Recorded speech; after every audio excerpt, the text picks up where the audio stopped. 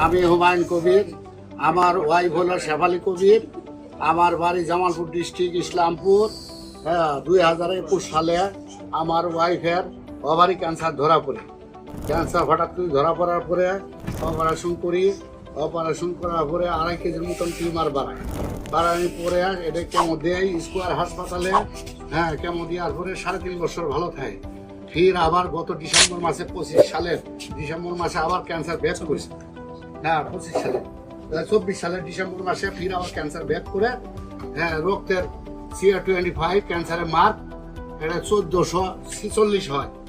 পরে ফির আবার কেমো দিই, 2-3টে কেমো দেওয়ার পরে দেখা যায় যে মানে মাত্র 30-35% কমছে, আর বাদ বাকি অমনি আছে। পরে আমরা ডাক্তার SM সোরারের একটা সন্ধান পাই পরে আমরা এখানে অনেক কষ্ট করে আসিয়ে তার ওষুধ খাইয়ে আল্লাহ রহম মাত্র 50.5 গেছিল।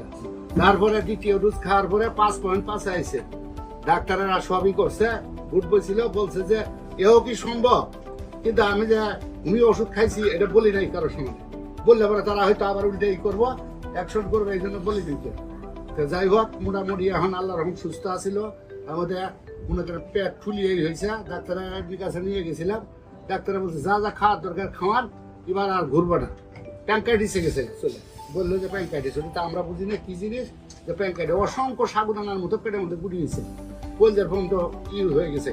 পরে আমরাই করলাম যে বাঁচবি না, যা যা খেলে দরকার খেলে উত্তর সেদিন করছি। কই মাঠে যেমন ক্রিসমাস আর এগুলো তো ই হয়েছে, মন্তব্য হয়েছে। পরে এই সারের ওষুধ খায়, SM স্যারের ওষুধ খায় আল্লাহ রকম না ইনশাল্লাহ ভালো সুস্থ। আল্লাহ রকম হাঁটি চলার পায়, সব কিছু খাইতে পারে, সব কোনো সমস্যা নেই।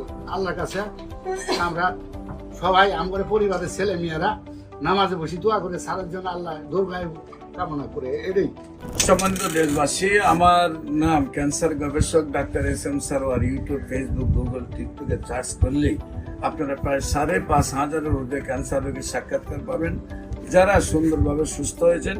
এমনিভাবে আমরা তাদের নাম ঠিকানা সহ উপস্থাপনা করি। আপনাদের যে কোনো প্রয়োজনে স্ক্রিনে দেওয়া নম্বরে যোগাযোগ করবেন, এবং আপনাদের সবাইকে আমাদের অফিস ভিজিট করার জন্য আমন্ত্রণ জানিয়ে শেষ করছি। সবাইকে ধন্যবাদ। আসসালামু আলাইকুম ওয়া রাহমাতুল্লাহ।